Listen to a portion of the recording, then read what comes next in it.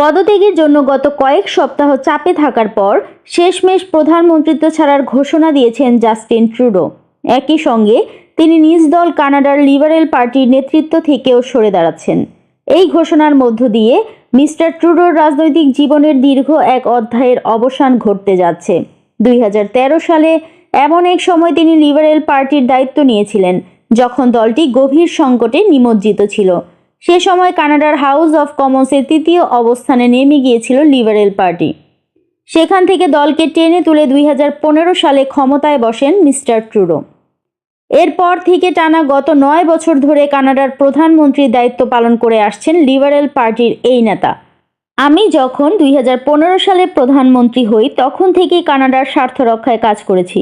মধ্যবিত্ত শ্রেণীকে মজবুত করার জন্য কাজ করেছি আমি, পদত্যাগের ঘোষণা দেওয়ার জন্য আয়োজিত সংবাদ সম্মেলনে বলেন মিস্টার ট্রুডো। তিনি আরও বলেন, প্রধানমন্ত্রী হিসাবে সেবা করার সুযোগ পাওয়ায় আমি গর্বিত। করোনা মহামারীর সময় আমি দেশের মানুষের পাশে থেকে সেবা করতে পেরেছি, গণতন্ত্রকে মজবুত করার জন্য কাজ করেছি। সংবাদ সম্মেলনে মিস্টার ট্রুডো বলেন, নিজের পরিবার ও ঘনিষ্ঠজনদের সঙ্গে দীর্ঘ আলাপ আলোচনা করার পর তিনি পদত্যাগের সিদ্ধান্ত নিয়েছেন। তবে লিবারেল পার্টি নতুন একজন নেতা নির্বাচিত না করা পর্যন্ত তিনি নিজ পদে দায়িত্ব পালন করবেন।